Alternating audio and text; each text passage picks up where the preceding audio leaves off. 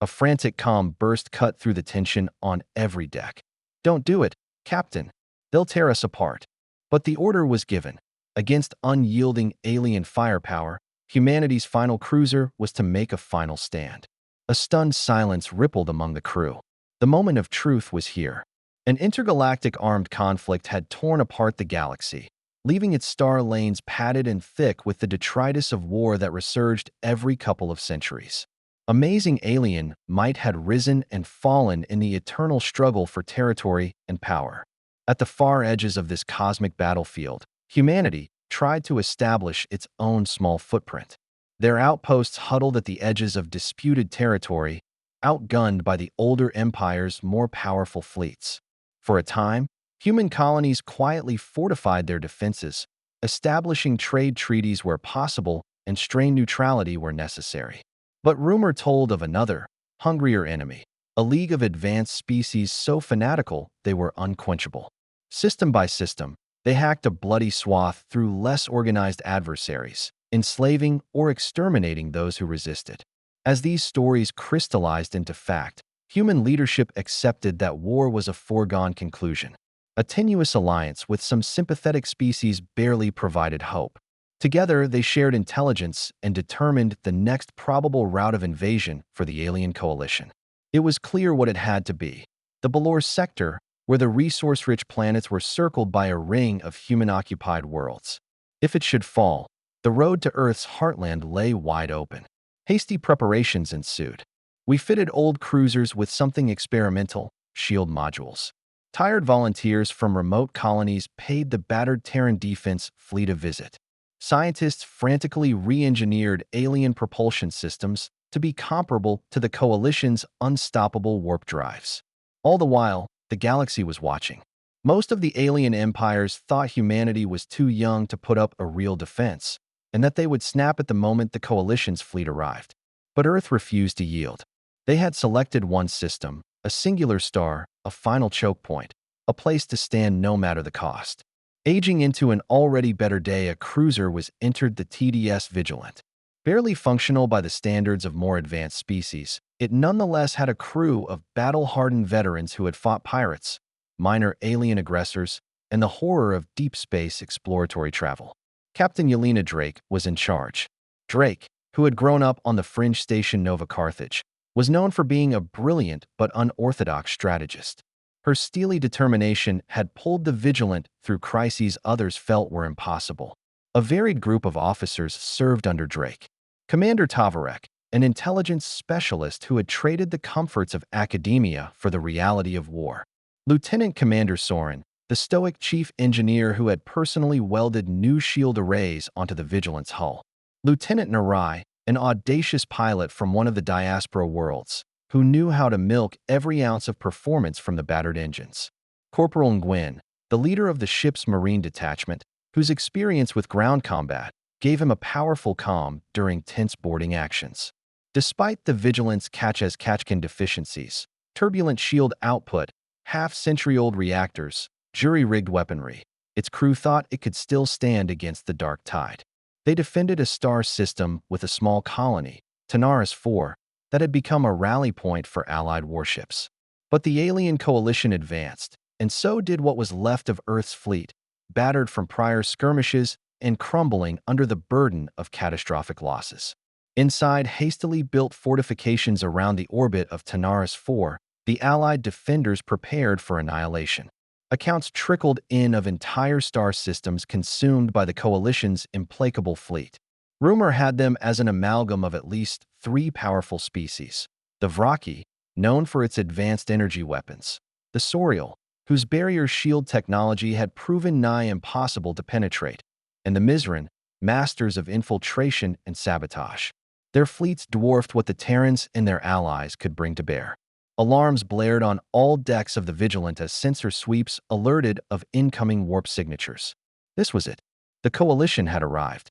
Admiral Korin, titular commander of the Combined Defense, sent frantic orders, moving battered cruisers and corvettes to form a defense perimeter at Schlafen 4. Lights dimmed in war rooms scattered across Tanaris IV's colony habitats, while civilians added supplies to prepare for an evacuation that might never arrive. Captain Drake stood on the bridge of the Vigilant, a knot forming in the pit of her stomach as the first alien warships came into real space. The crew fell silent at the sight of the inexorable lines of coalition vessels, of shining spear-like shapes bristling with cannons, each wreathed in keeping craft who flitted about with lethal grace. The Allied defenders had only a fraction of that firepower, and yet there was no turning back. If Tanaris 4 was lost, the coalition would advance directly into human space, taking or killing the core of the territory of Earth. Without a viable course to victory, the only remaining option was to stand fast as long as possible, buying precious time for other defenses to be readied further along the star lanes. Everyone knew it would end in suicide, but they had promised their lives for it anyway. Yet few had foreseen the direct order that blasted through the comm systems in that opening volley. Captain Drake's unimaginable command. She'd sent out an all-ship announcement to all friendly vessels. All ships, hold your ground. This is our last stand. I repeat, do not fall back. The line is drawn here. The silence that followed was deafening. Is this the same pragmatic Drake who had always plotted a clever way out? The question echoed through the fleet, but the lasers and plasma bolts allowed little time for contemplation. The vanguard of the coalition advanced, their unstoppable might eclipsing the battered defenders. The gasps and curses poured across channels as Allied corvettes were obliterated in great puffs of flame. But Drake's voice, calm and decisive, commanded the Vigilant on to face them. A wave of shock went through the crew. Some felt like screaming, "Don't do it." But discipline kept them at their posts. They prepared for the moment that would define them all. The coalition's opening onslaught pounded the Allied perimeter with brutal accuracy. Vraki battleships cast luminescent streams that sliced through frigates like hot blades through wax. Sorial cruisers, protected by virtually unbreakable barriers, led the way, soaking up retaliatory fire as though it were a gentle rain. Agile Mizran corvettes zipped in and out of the formation, striking key systems on the defenders' vessels. Virtually at once, Allied ships buckled under the stress. A surf-worn corvette, named the Mercy's Wing, attempted to flank one of the heavier Vraki warships and was cut down to molten shards by a single battering broadside. Across the sector, the cries of afflicted vessels rang out on emergency channels. Admiral Korin muttered an oath under his breath, torn between calling back the battered defenders and pushing the attack. Captain Drake, on the bridge of the Vigilant, made no secret of it. She ordered every ally to hold formation, to not give an inch. Some whispered that it was a suicidal order, but no one would countermand it. The grim truth weighed heavily. If they could not hold the line here, Tanaris 4 was doomed. Outside of that, there was no chance for Earth itself. Even so, the defenders' morale faltered. The unstoppable coalition had a synergy in their tactics that was greater than anything Allied fleet could put together. Wave on wave of advanced fighters flew from coalition carriers, picking off Allied interceptors. Plasma lances cut deadly arcs across the battlefield and sent the smaller human ships scattering. Shouts for help echoed as several friendlies were trapped. Amid the mayhem, the Vigilant navigated its way through the maelstrom, raking back punishing fire from the few heavy cannons it had. Lieutenant Narai urged the engines to skirt the deadly sweeps of the Vraki beams. Lieutenant Commander Soren redirected power from non-essential decks to the primary shields, setting brace for each jarring impact. Commander Tavarek coordinated salvos of missiles with Allied ships, looking for chinks in the coalition's fearsome defenses. From time to time, they won small victories. A nicely timed volley from a trio of friendly destroyers hammered the Sorial cruiser's shield until it overloaded, leaving the Vigilant's broadside free to pummel the cruiser's hull. The alien ship exploded in a fireball, a brief but morale-boosting moment amid the carnage. But for each coalition casualty, 3 or 4 Allied vessels were lost. The unstoppable juggernaut rolled on. Captain Drake's indomitable resolve came to the fore. On comm channels, her calm voice reminded all hands that this stand was less about winning than holding the coalition at bay, at any cost. Some crews, watching in droves as their friends died, questioned the rationale. Was it truly worth it? Could such a suicidal last stand purchase sufficient time to matter? The Vigilant, now deep in combat, found itself intercepted by a Mizran corvette pack. These sleek ships fired hull-boring torpedoes that clamped onto the Vigilant's plating, threatening to rip it from the inside out. Alarms blared as damage control teams scrambled to dislodge or detonate the projectiles. Meanwhile, the corvettes were circling like sharks. With a lurch, the starboard thruster of the Vigilant stopped working. Soren flooded the engine lines with emergency coolant to prevent them from melting down. Spotted and wounded, a Vraki battleship moved in to finish the Vigilant off, its forward cannons angling into position. Tension surged on the command deck. If those cannons discharged at point-blank distance, the Vigilant could be vaporized in seconds. Drake refused to flinch.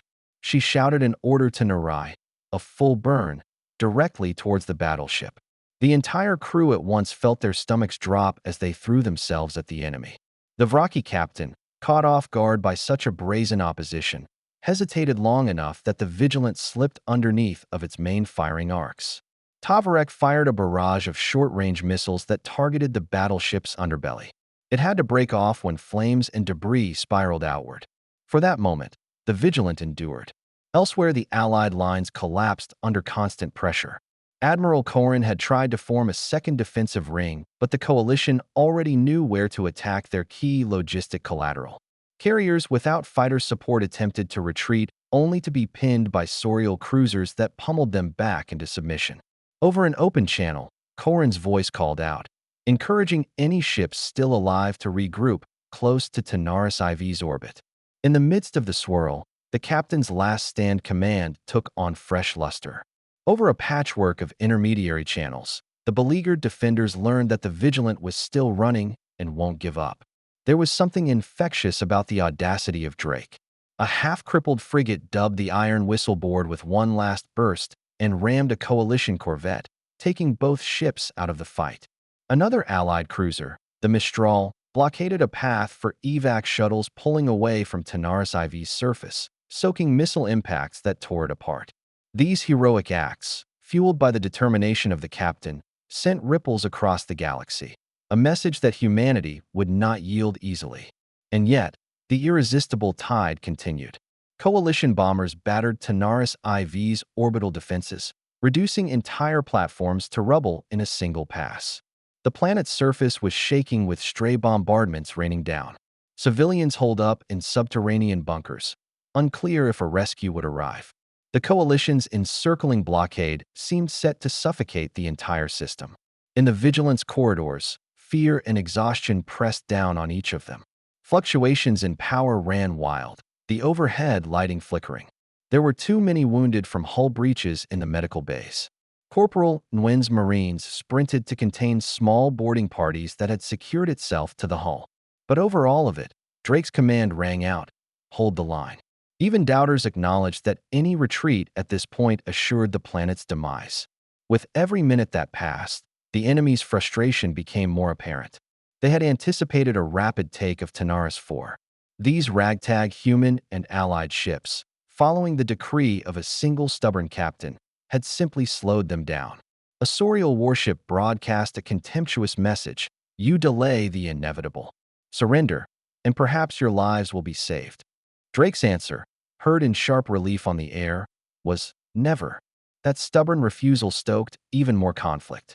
In a new offensive, the coalition unleashed a giant dreadnought believed to be invulnerable. Sharing the system with them, dwarfed them in fact, was a dreadnought-class warship, the Railthur, larger than even the largest Allied carriers. Its approach portended a dramatic escalation that could crush any remaining resistance. The Allied defenders prepared, every heartbeat a drowned drumroll to doom. And then, a moment's silence. Signals from Admiral Koren's flagship indicated some sort of partial retreat, in preparation of a last charge. But Drake charged across the channel with unprecedented steel in her voice. "We stand now or never.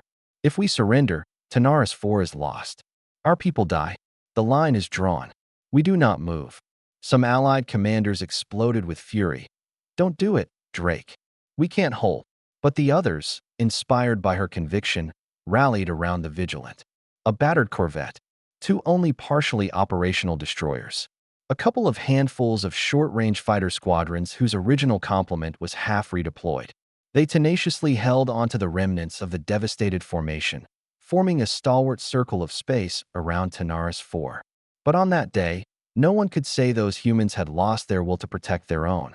The unyielding rail-thurs surged forth, a swarm of corvettes and cruisers escorting them. Huge, Terran destroyer-sized, cannon arrays ignited, aimed at the alien monstrosity, ready to fire at a fury no known shield could survive. Soren went pale when she saw the readings on the vigilance sensors for the dreadnought. This was no ordinary ship. It exuded power from thousands of reactors, each powering a gargantuan array of beam projectors. If the line were to hold, the Vigilant would have to face the Railthur head-on. Between them and sure destruction, all they could lean on were inventive tactics, synchronized assaults, and a bottomless well of gallantry. Every other Allied ship that could still move was called by Drake to form a wedge assault aimed at the invincible dreadnought. There was silence on the comm lines as blessings and final farewells were passed among them. They were going to try the impossible, shutting down or killing the Railthur in one great, all-out lunge. Was it madness? Likely, but within each tortured hull, behind each charred viewport, a flame of defiance burned. They'd come too far to hesitate. If the last stand required a last charge, so be it. They had fought gallantly, drawn upon their unbreakable spirit, a trait of human nature that was yet alive, even in the face of the heartless, unstoppable guns of the coalition. But the tide was coming. As the Allied wedge exploded toward the dreadnought, roaring cannons spattering the starfield with deadly beauty, the question ripped through every mind. Could a single stand made, ordered by one stubborn captain's unshakable belief, actually withstand the unstoppable force looming over them? A silence of expectancy rippled through space as the battered Allied Metai wedge raced toward the looming shape of the colossal dreadnought Railthur. Flames licked at the battered hulls of the human ships, sails slatted, and every vessel close to its breaking point. The sensors' readouts were lighting up on hazard warnings, and over the fleet comms the tension was high. An entire formation about to be annihilated, joining forces in a last-ditch strike. Self-assured with firepower it knew to be insatiable, the Railthur prepared a devastating volley. The primary beam cannon, said to focus enough energy to vaporize moons, began charging with a pulsing light that lit up the star-specked void. Corvettes and cruisers circled it, enchaining shield after shield in an indomitable fortress. The unyielding tide pushed on, seeking to devour its defenders in one fell swoop. Captain Drake's voice broke through the cacophony on the TDS Vigilant. Divert all power to forward shields. Stealth modules, coil the thrusters for one last burn. Wait for my mark. A jolt of adrenaline ran through the crew. They had witnessed the unstoppable coalition in action, yet here they were, launching into the maw of doom. There were no illusions or clever feints, only a straightforward confrontation. The wedge of Allied ships fell within range of the dreadnought's secondary batteries, and those unleashed a storm of plasma and railgun slugs. The Vigilant received the worst of it, jolting violently. Lieutenant Commander Soren diverted power from life support in unoccupied decks to prevent the shields from failing under the barrage. Alarms blared across the command deck, but Drake's posture did not waver, her gaze locked on the forward display. Riding in the wake of the Vigilant, wave after wave of torpedoes from Allied destroyers struck westwind, but the dreadnought's guard of corvettes brushed most of them aside. Daring and her sister corvette, the Wisp, broke off to deal with those guardians in the boat's face. The starfield lit up with secondary explosions, marking another friend or foe lost amidst the maelstrom. Time stretched as the inexorable dreadnought's primary weapons system crescendoed to a killing peak. Drake nodded at Tavarek, the intelligence specialist. He nodded, entering a last round of targeting coordinates. And this was the plan, a wild card stab at the dreadnought's reactor modulators. From Koresh data, the Allies had inferred that the fearsome Railthur were led by an exposed conduction line. Thin silver lining, but worth a throw of the dice. And if they could get a precision blow in, that unstoppable force might flinch even for a moment. Finally, the dreadnought's main cannon lit up, unleashing a blinding beam that lanced out ahead. Its blinding brilliance flooded the entire battlefield. So hearing footsteps echoing closer, Narai did what came naturally. Desperation sharpened his reflexes, and he spun around in an arc, turning the Vigilant in a tight spiral that just allowed him to miss the direct impact of whatever was speeding towards him. The beam missed, skimming the port side, vaporizing armor plating and blasting off entire decks. A slab of the hull ripped apart in a molten avalanche, exposing the interior to vacuum. Hundreds of compartments fell dark. Bodies and wreckage spiraled into space. But the Vigilant pressed on, smoke trailing from its ugly wounds. And so, with the Dreadnought's main weapon cycling down, Drake took the opportunity. All ships full burn now. The bruised wedge surged ahead, each craft venting valuable fuel stores to gain speed.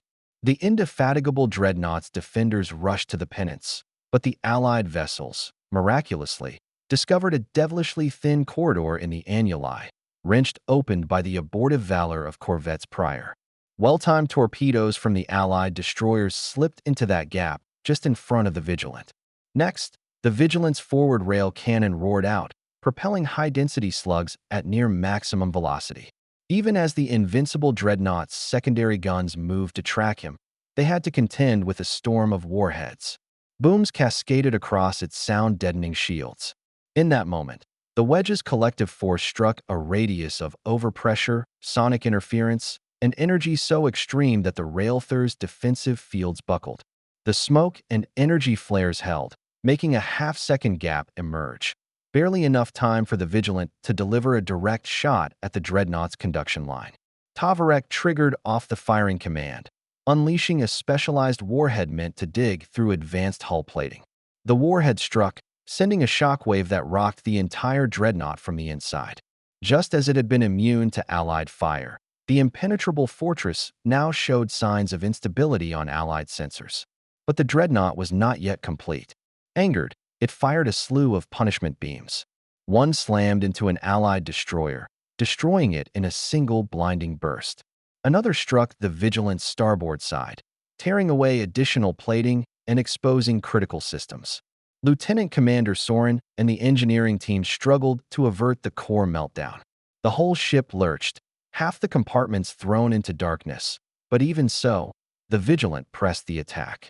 Then, from behind a patch of limitlessly drifting wreckage came a scarred Koresh cruiser, captured weeks before and retrofitted by human engineers. It loosed a final spread of anti-capital ship torpedoes, targeting the conduction line crater with deadly semblance. The illimitable Dreadnought's spinning shields attempted to compensate, but the cumulative damage had wounded them. The torpedoes hit their target. The conduction line exploded in a corona of flame, in a chain reaction that lit the entire sector. Vast sections of the Dreadnought's hull ripped open, blasting atmosphere and molten metal into space. The indomitable Railthur reeled, bleeding plasma from ghastly breaches. Crew members on Allied ships held their breath. Would it be enough to cripple that monstrous warship? For minutes that seemed like hours, the Dreadnought hung in silence, drifted. Then, in a final, gouting blast, its internal reactors overloading, the entire superstructure ripping itself as W. With an explosion brighter than even the most brilliant star in the sector, the Railtage disintegrated, debris scattered over a broad arc of space. A stunned silence swept across the battlefield. The impregnable Dreadnought had been brought low. The remaining coalition warships knew how to respond. They just hesitated, seeing the flagship's destruction. The irresistible forward motion that had taken them so far crumpled before one cold, hard realization. These defenders, following the captain's order to make a suicidal last stand, had done the unthinkable. But the cost was staggering. Barely a handful of ships of the Allied wedge were left in action, and where dozens of plucky craft once flew, corpses and mangled metal now floated. On Tanaris 4, ground-based sensors recorded the cataclysmic finish, and relief swelled among the beleaguered settlers. The unstoppable wave had been stopped, for now at least. Captain Drake, watching the fluttering sensors while blood dripped down his forehead from a scalp wound, stood concerned. And though the enemy fleet still outnumbered the Galactic fleet, it lost its figurehead and keystone. Panic and confusion rippled through coalition ranks. Some pulled out altogether, while others took a few last potshots before warping out. Finding themselves faced with potentially devastating surprise losses, there being no way to stop the invaders from pursuing them quantum into the system, the irrepressible invaders decided to take stock beyond the system. For now, Tanaris 4 was safe. Aboard the Vigilance Bridge, crew members hooped in ragged cheers. The ship was a mess, with half the compartments vented or compromised by hull breaches. Outside, the last drifts of wreckage, ally and foe, attested to the price paid. Drake's eyes misted over. This was not a victory march. This was a cemetery. But the line had held. Tanaris 4 was spared. And with that, humanity purchased some time to fortify its defense in the next segment. It was only when communications started to gradually pick up. Admiral Corrin's damaged ship reported serious casualties, but saluted Shaky in exchange for Drake's leadership. You really held them, Captain. By the stars you did it. Others chimed in, applauding the Vigilant for spearheading the final assault on the unstoppable dreadnought. Drake said very little throughout. The expense burdened her. The final stand had exacted innumerable lives, and the coalition would not likely sit idle for long. And the immediate threat was over. Coalition vessels withdrew from Tanaris IV's orbit, conceding the field of battle. After weeks of punishing bombardment, for the first time the planet's colonists were free to leave bunkers and shelters to discover that the sky above was clouded by drifting and debris and not by looming warships. From afar, celebrations flared as battered fighters embraced and wept at their improbable survival. On the battered decks of the Vigilant, medical staff scrambled to save the wounded. Corpses sprawled across mangled passageways, and entire engineering stations were razed by the continuous explosions. The incense of charred circuitry and the metallic note of dried blood made victory bittersweet. But even in the darkest compartments, the crew had a quiet sense of purpose. This unlikely last stand had shown that mankind's spirit was not so easily snuffed out. It served as a poignant reminder for the otherwise unstoppable coalition that sheer brutish might does not a quick conquest make. In a final broadcast to the beleaguered Allied fleet, Drake's voice was edged with emotion as she expressed gratitude for their enduring gallantry. You fought like we had nothing to lose, because in fact we didn't. Let this day be a reminder that fear will not defeat us. We hope, even when hope is lost. Those words rippled through the star lanes, sending one message to friend and enemy alike. Humanity may be outgunned, overwhelmed, outshone. But if they were backed up against the wall, they would fight to the last breath, even if they had to outdefy the onrushing tide to do it. The coalition had savored that defiance on Thursday. An absence of stupidity, colored by caution, grew within their ranks. Surrounding Tanaris 4, the battered remnants of the Allied defenders assessed their options. The sector was bruised, the price incalculable, but survival was a triumph of its own kind. In the silence following the last volley, as debris sparkled in the star's dim light, everyone knew that the captain's last command, "Don't do it," the captain has just commanded a final stand, had morphed into more than a doomsday scenario. It was the fulcrum on which a beleaguered species discovered new resilience, extracting hope from the ruins of what seemed impending defeat. In the hours and days after the coalition's retreat from Tanaris 4, the embattled defenders were starting to grasp the magnitude of what they had done. And their cherished stronghold, the entryway into human space, was still in the hands of the Allies. Starlane traffic tentatively resumed, bringing emergency relief supplies to the ravaged planet. Afterward, the help crews ventured out in suits to salvage any remaining wreck, searching for survivors of the ships or technology that could be repurposed to strengthen Earth's battered fleet. On the TDS Vigilant, the atmosphere was solemn but resolute. The corridors were sealed off, half of them transformed into vacuum chambers. Impromptu triage centers overflowed in what compartments still possessed stable life support. Engineers worked day and night, plugging hull breaches and stabilizing the reactor. Captain Drake had just come off her own physical exhaustion and injuries, but she refused to rest. She made a point of visiting the wounded, offering soft words of gratitude and pledging they would not be forgotten. The Allied fleet, formerly on the brink of mutiny over Drake's suicidal stance, now regarded her with a strange civility. Quietly asked was whether humanity's newly realized ferocity could coalesce other lesser powers. A partnership was discussed, an alliance stronger than the one they forged at Tanaris 4. And even Admiral Corrin, who had been skeptical in private of the last stand approach, found new admiration for what unflinching resolve could accomplish. He presented the crew of the Vigilant with a formal commendation for their efforts to save thousands of civilian lives. News of the unlikely victory spread across the galaxy.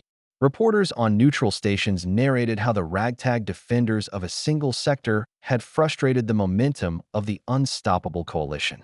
Some called it a miracle, others a crafty stroke of luck. But for the coalition's leadership, it was a bitter pill. They have assumed Tanaris IV would be an easy conquest. Instead, they had come up against a foe that wouldn't yield, and they had lost their feared Railthur in the process. To regroup for the moment, they pulled back, but nobody doubted they'd be back, more determined than ever. In Tanaris IV's quiet, inky orbit, the Vigilant and its allies mourned their dead. Epic corvettes and noble cruisers were salvaged for a funereal memorial. A field of debris, lit by nameless beacon lights, in memory of each lost crew. For many, those symbolic gestures provided closure after the madness and carnage. Captain Drake gave a brief eulogy that was transmitted on all Allied frequencies. They gave everything to hold the line. Now, we honor them by creating a future where their sacrifice is not in vain. Looking back on the original executive order that ignited everything, don't do it. The captain has just ordered a last stand. Some called it madness, an all-in wager without safe passage to victory. But others argued that, madness or no, the defenders at least had seen it united them in one brilliant act of defiance. In a war that had the potential to consume entire species, that instant of steadfast conviction rattled the galaxy's perceptions of humankind. The survivors who walked the corridors of the Vigilant had a heavy burden to shoulder. The cost of success was calculated in funerals and broken hulls. But they also bore the awareness that, for the first time, the unstoppable threat from space had been compelled to stop and think. Nothing from Tanaris IV's tattered fortifications had been able to withstand a tattered bulwark against the dark. Humanity and its friends on the planet gained an important reprieve. At the end of the line, maybe the best victory was not the dreadnought destroyed or the planet saved, but the fact that humans were willing to fight and too far cornered to give up. They might be bruised, outnumbered, dwarfed by technologically sophisticated adversaries, but they would not give up. It was a legacy of resolve, etched into the void of silence by endless sacrifice, that would be heard far beyond Tanaris IV. For across every starport, along every trade route, one message rang out. When a human captain takes a last stand, it's prudent for the enemy to tread carefully. Thus concluded one of the days on which Captain Drake's unflinching order, so unthinkable in the beginning, reshaped the fortune of Tanaris IV and, possibly, the destiny of galactic battle. As the Vigilant shambled toward a repair dock, a shell of her former glory, the whole ally network quietly agreed. Threat be damned. Humanity, in its final moments, would burn like a supernova flaring through the night, sending a reminder to the stars that the human race might bend, but it would never break.